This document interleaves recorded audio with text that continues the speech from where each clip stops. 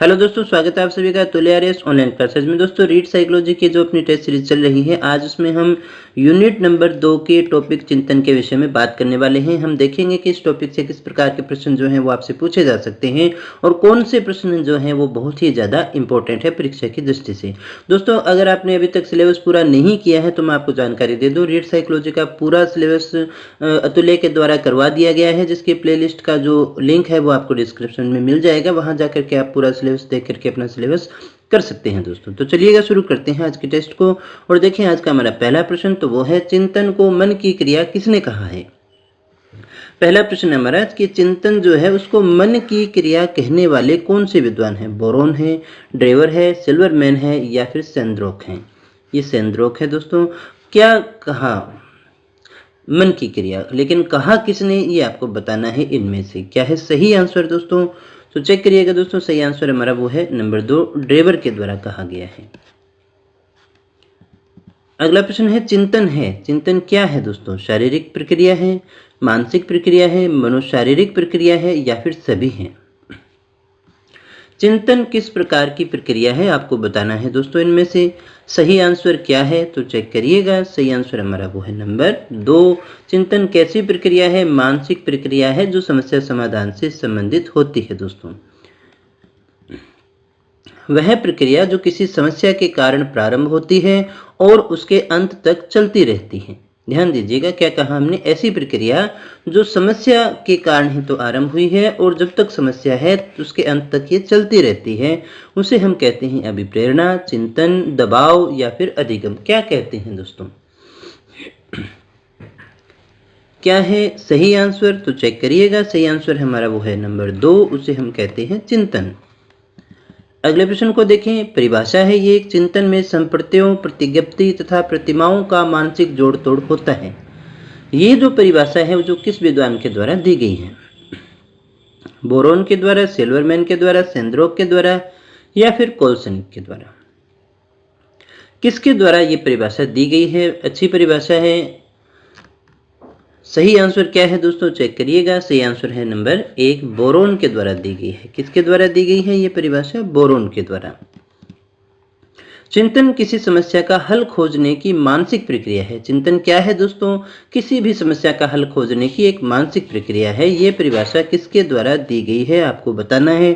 क्या वो सिल्वरमैन के द्वारा दी गई है, वुडवर्थ के द्वारा दी गई है, क्रो एंड क्रो के द्वारा दी गई है या फिर गिलफोर्ड के द्वारा दी गई है दोस्तों। क्या है सही आंसर, चिंतन किसी समस्या का हल खोजने की मानसिक प्रक्रिया है। ये परिभाषा किसके द्वारा दी गई है। तो दोस्तों सही आंसर हमारा वो है नंबर 2, ये परिभाषा वुडवर्थ के द्वारा दी गई है। किसके द्वारा दी गई है, वुडवर्थ के द्वारा। संकल्पनाओं का पुनर्गठन ही चिंतन है, ये परिभाषा किसने दी है। ये भी चिंतन की ही परिभाषा है और आपको बताना है इनमें से इस परिभाषा को देने वाले कौन है। यानी चिंतन संकल्पनाओं का पुनर्गठन है, ये परिभाषा किसके द्वारा दी गई है दोस्तों। Silverman, Woodworth, crow and crow या फिर कोलेसनिक। तो दोस्तों सही आंसर हमारा वो है नंबर 4, कोलेसनिक के द्वारा दी गई है। अगले प्रश्न को देखिएगा, किसी बालक में चिंतन की योग्यता उसके सफल जीवन का मूलभूत आधार है। किसी बालक में चिंतन की योग्यता उसके सफल जीवन का मूलभूत आधार है। ये परिभाषा निम्न में से किसके द्वारा दी गई है। क्या वो सिल्वरमैन है, क्या वो वुडवर्थ है, क्या वो क्रो एंड क्रो है या फिर गिलफोर्ड है। इन चारों विद्वानों में से कौन सी विद्वान है जिन्होंने ये परिभाषा दी है, हमें बताना है। तो देखिएगा दोस्तों, सही आंसर हमारा वो है नंबर 3, क्रो एंड क्रो के द्वारा ये परिभाषा दी गई है। चिंतन एक मनोवैज्ञानिक प्रक्रिया है, जैसे जीवन पर आधारित कोई भी प्रक्रिया होती है। चिंतन वैसे ही एक मनोवैज्ञानिक क्रिया है जैसे जीवन पर आधारित कोई भी प्रक्रिया होती है। ये परिभाषा देने वाले कौन हैं दोस्तों। सिल्वरमैन है, वुडवर्थ है, क्रो एंड क्रो है या फिर गिलफोर्ड है। चिंतन एक मनोवैज्ञानिक क्रिया है जैसे जीवन पर आधारित कोई भी प्रक्रिया होती है। क्या है सही आंसर तो चेक करिएगा, वो है हमारा नंबर 4, ये परिभाषा जो है वो गिलफोर्ड के द्वारा दी गई है। चिंतन को स्वली चिंतन और यथार्थवादी चिंतन में बांटने का कार्य किसके द्वारा किया गया था। चिंतन जो है उसको 2 भागों में बांटा, स्वली चिंतन और यथार्थवादी चिंतन। ये बांटने का कार्य किस विद्वान के द्वारा किया गया। सिल्वरमैन के द्वारा, वुडवर्थ के द्वारा, जिम्बार्डो तथा रुक के द्वारा या फिर गिलफोर्ड के द्वारा। क्या है दोस्तों सही आंसर हमारा? तो दोस्तों सही आंसर चेक करिएगा, वो है हमारा नंबर 3 जिम्बार्डो तथा रूक के द्वारा। अगले प्रश्न को देखिएगा, यथार्थवादी चिंतन का प्रकार नहीं है, हमें बताना है इनमें से यथार्थवादी चिंतन का प्रकार नहीं है।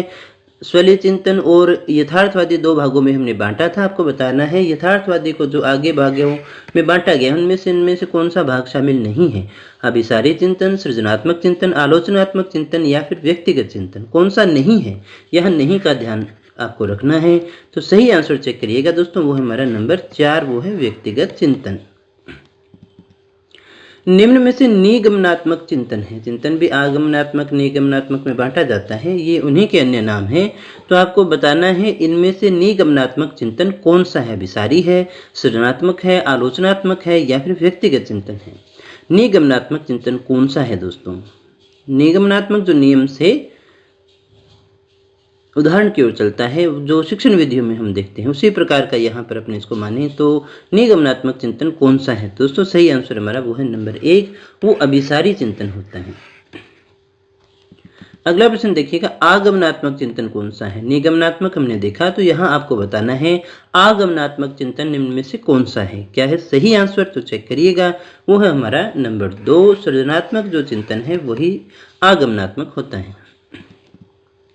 चिंतन का विकास आरंभ होता है जन्म से, 1-2 वर्ष से, 5-7 वर्ष से या फिर 3-4 वर्ष से। चिंतन का विकास आरंभ होता है, कब होता है, कब से होता है, ये आपको बताना है दोस्तों। क्या है हमारा सही आंसर? तो दोस्तों सही आंसर चेक करिएगा, वो है नंबर 2, 1-2 वर्ष में चिंतन का विकास आरंभ हो जाता है। बालक में सबसे पहले आरंभ होता है प्रत्यक्षात्मक चिंतन, कल्पनात्मक चिंतन, प्रत्यात्मक चिंतन या फिर आत्मचिंतन। बालक में सबसे पहले आरंभ होता है, तो आपको बताना है कौन सा चिंतन आरंभ होता है। क्या है सही आंसर? दोस्तों चेक करिएगा, सही आंसर हमारा वो है नंबर 1, प्रत्यक्षात्मक चिंतन की श्रेणी में आता है। अगला प्रश्न देखिएगा, बालक में चिंतन के विकास का सही क्रम है, इनमें से आपको बताना है बालक में चिंतन के विकास का सही क्रम कौन सा है। प्रत्यक्षात्मक, कल्पनात्मक और प्रत्यात्मक है, इनमें से कौन सा क्रम आपका सही है? तो दोस्तों सही आंसर क्या है चेक करिएगा, वो हमारा नंबर 2, प्रत्यक्षात्मक, प्रत्यात्मक और कल्पनात्मक। किस आयु समूह में चिंतन का विकास तीव्र गति से होता है? आपको बताना है किस आयु वर्ग में, यानी 5 वर्ष की आयु में, 2 वर्ष की आयु में, 7 वर्ष में या फिर 10 वर्ष में सबसे ज्यादा जो है चिंतन का विकास किस गति से होता है, यानी तीव्र गति से किस काल में होता है। सही आंसर है दोस्तों वो हमारा नंबर 3, 7 वर्ष की आयु में होता है। चिंतन का साधन नहीं है संप्रत्यय विचार, प्रतिबिंब, प्रतीक चिन्ह या फिर कल्पना सोच। चिंतन का साधन नहीं है, इनमें से चिंतन का साधन कौन सा नहीं है जो बांटे जाते हैं। क्या है सही आंसर? तो दोस्तों सही आंसर हमारा वो है नंबर 4, कल्पना या सोच को अपने इसमें शामिल नहीं करते हैं। चिंतन की विशेषता नहीं है, चिंतन एक मानसिक प्रक्रिया है, चिंतन स्थूल से सूक्ष्म से स्थूल की ओर चलता है, चिंतन में विश्लेषण और संश्लेषण की महत्वपूर्ण भूमिका होती है, चिंतन के लिए किसी न किसी भी प्रकार की समस्या का होना अनिवार्य होता है। हमें बताना है नहीं है, कौन सी नहीं है ये ध्यान में रखिएगा, कौन सी विशेषता नहीं है वो आपको बताना है। तो दोस्तों सही आंसर क्या है चेक करिएगा, वो है नंबर 2, चिंतन एक मानसिक प्रक्रिया है, ये कथन सही है। विश्लेषण और संश्लेषण की महत्वपूर्ण भूमिका होती है, चिंतन के लिए किसी न किसी प्रकार की समस्या का होना आवश्यक होता है, बिना समस्या के चिंतन नहीं होता। अब बात रही ये, तो ये हमारा कथन गलत है, क्योंकि चिंतन सूक्ष्म से स्थूल की ओर नहीं चलता बल्कि स्थूल से सूक्ष्म की ओर चलता है, स्थूल से सूक्ष्म की ओर चलता है। दोस्तों आगे बात करें अगले प्रश्न की, चिंतन अनिवार्य रूप से है, क्या है दोस्तों इनमें से? संज्ञानात्मक गतिविधि है, भावात्मक व्यवहार है, मनोवैज्ञानिक परिघटना है या इनमें से कोई नहीं है। चिंतन अनिवार्य रूप से है, क्या है दोस्तों? इन 4 ऑप्शन में से आपको अच्छे से पढ़ करके बताना है, तो चेक करिएगा। सही आंसर हमारा वो है नंबर 1, चिंतन एक संज्ञानात्मक गतिविधि है। निम्न में से कौन सा चिंतन की प्रक्रिया में सबसे कम महत्वपूर्ण है? आपको बताना है इनमें से सबसे कम महत्वपूर्ण है चिंतन की प्रक्रिया में। वैसे महत्वपूर्ण तो है लेकिन सबसे कम है। क्या है सही आंसर? क्या वो स्मृति है, प्रतीक एवं चिन्ह है, मांसपेशीय क्रियाएं हैं या फिर भाषा है? तो दोस्तों सबसे सही आंसर हमारा वो है नंबर 3, मांसपेशीय क्रियाएं हैं जो सबसे कम महत्वपूर्ण होती हैं। एक 5 वर्ष के बालक का चिंतन निम्न में से किस प्रकार का होता है? परावर्तित, निर्देशित, मूर्त या फिर तार्किक? एक 5 वर्ष के बालक का जो चिंतन है वो निम्न में से किस प्रकार का चिंतन होता है आपको बताना है। परावर्तित चिंतन है, निर्देशित है, मूर्त है या फिर तार्किक चिंतन है, कौन सी श्रेणी में आएगा? क्या है दोस्तों हमारा सही आंसर? तो चेक करिएगा दोस्तों, सही आंसर हमारा वो है नंबर 1, परावर्तित चिंतन होता है। किस प्रकार का होता है? परावर्तित चिंतन। चिंतन की प्रक्रिया में प्रयोग किया जाता है शब्द का, भाषा एवं विचार का, प्रतीक एवं प्रतिबिंब का या फिर इन सभी का। चिंतन की जो प्रक्रिया है उसमें किसका प्रयोग किया जाता है दोस्तों आपको बताना है। इनमें से सही आंसर कौन सा है? तो चेक करिएगा दोस्तों, सही आंसर हमारा वो है नंबर 4, इन सभी का प्रयोग किया जाता है। निम्न में से कौन सा चिंतन अनुसंधान से संबंधित है? अनुसंधान के अंदर कौन से चिंतन का प्रयोग किया जाता है? परंपरागत चिंतन है, विकेंद्रित चिंतन है, वैज्ञानिक चिंतन है या फिर इनमें से कोई नहीं? कौन सा जो चिंतन है वो अनुसंधान से संबंधित है, आपको ये बताना है। क्या है सही आंसर? दोस्तों चेक करिएगा, सही आंसर हमारा वो है नंबर 3, वो वैज्ञानिक चिंतन होता है। बालक का चिंतन किसके द्वारा प्रदर्शित नहीं होता है? आत्मकेंद्रित, सजीवतावाद, यथार्थवाद या फिर व्यक्तिवाद? बालक का जो चिंतन है निम्न में से किसके द्वारा प्रदर्शित नहीं होता है? क्या है सही आंसर? तो चेक करिएगा दोस्तों, सही आंसर है हमारा नंबर 4, व्यक्तिवाद से। अगले प्रश्न को देखें, चिंतन मानसिक प्रक्रिया का कौन सा पहलू है दोस्तों? ज्ञानात्मक, भावात्मक, क्रियात्मक? मानसिक प्रक्रिया का कौन सा पहलू है चिंतन? तो सही आंसर है दोस्तों वो हमारा नंबर 1, ज्ञानात्मक चिंतन है। वह चिंतन प्रक्रिया जो नवीन, मौलिक तथा उपयोगी विचार के उत्पन्न होने में लिप्त है। वह चिंतन प्रक्रिया जो नवीन, मौलिक तथा उपयोगी विचार के उत्पन्न होने में लिप्त है, क्या कहलाएगी? सृजनात्मकता, बुद्धि, नवाचार या फिर समस्या समाधान? क्या है सही आंसर? दोस्तों चेक करिएगा, वो है हमारा नंबर 1, सृजनात्मक। यहाँ नवीन और मौलिक और उपयोगी विचार आता है, उसे हम सृजनात्मकता की श्रेणी में रखते हैं। अमूर्त वैज्ञानिक चिंतन के लिए क्षमता का विकास निम्न अवस्थाओं में से किसकी एक विशेषता है? अमूर्त वैज्ञानिक चिंतन जो है वो कौन से काल में आता है, कौन सी अवस्था में आता है? मूर्त संक्रियात्मक, औपचारिक संक्रियात्मक, संवेदी गतिक या फिर पूर्व संक्रियात्मक? क्या है दोस्तों सही आंसर? तो दोस्तों हमारा जो सही आंसर है वो है नंबर 2, औपचारिक संक्रियात्मक अवस्था। अगले प्रश्न को देखिएगा, चिंतन मानसिक क्रिया का ज्ञानात्मक पहलू है। ये एक परिभाषा है चिंतन की। चिंतन मानसिक क्रिया का ज्ञानात्मक पहलू है, आपको बताना है ये परिभाषा किसकी है? वारेन की, रोस्की, वैलेंटाइन की या फिर स्किनर की? चिंतन मानसिक क्रिया का ज्ञानात्मक पहलू है, यह परिभाषा किसकी है दोस्तों? क्या है हमारा सही आंसर? तो चेक करिएगा दोस्तों, हमारा जो सही आंसर है वो है नंबर 2, रोस। अगले प्रश्न को देखें, आउट ऑफ द बॉक्स चिंतन संबंधित है। आउट ऑफ द बॉक्स जो चिंतन है वो संबंधित है अनुकूल चिंतन से, स्मृति आधारित चिंतन से, अपसारी चिंतन से या फिर अभिसारी चिंतन से? आउट ऑफ द बॉक्स चिंतन जो है वो निम्न में से किससे संबंधित है? क्या है सही आंसर? तो दोस्तों हमारा जो सही आंसर है वो है नंबर 3, अपसारी चिंतन से। चिंतन शक्ति के विकास की प्रक्रिया में कौन सा कथन गलत है, हमें बताना है। चिंतन प्रक्रिया के विकास में, चिंतन शक्ति के विकास में कौन सा कथन गलत है? ज्ञान व अनुभवों की यथेष्टता, यथेष्ट अभिप्रेरणा, यथेष्ट स्वतंत्रता व लचीलापन, कम बुद्धि व ज्ञान? गलत कथन का चयन करना है दोस्तों। क्या है सही आंसर? तो देखिएगा, सही आंसर हमारा वो है नंबर 4। ये कैसे हो सकता है? थोड़ा सा IQ भी अगर आप यूज करते तो। चिंतन अनिवार्य रूप से है एक क्रियात्मक गतिविधि, भावात्मक व्यवहार, संज्ञानात्मक गतिविधि या फिर मनोगतिक प्रक्रिया? क्या है चिंतन अनिवार्य रूप से है एक? क्या है दोस्तों इनमें से? सबसे सही आंसर होगा दोस्तों वो है हमारा नंबर 4, वो एक मनोगतिक प्रक्रिया के रूप में जानी जाती है। प्रवाह पूर्णता, व्याख्या, मौलिकता और लचीलापन के साथ संबंधित तत्व है। किसके साथ संबंधित है? प्रवाह पूर्ण व्याख्या, मौलिकता और लचीलापन किसके साथ संबंधित है? प्रतिभा, गुण, अपसारी चिंतन या फिर त्वरण? तो दोस्तों सही आंसर क्या है, देखिएगा सही आंसर हमारा नंबर 3 अपसारी चिंतन होता है। चिंतन संज्ञानात्मक पक्ष में एक मानसिक प्रक्रिया है, ये एक परिभाषा है, आपको बतानी है किसकी है।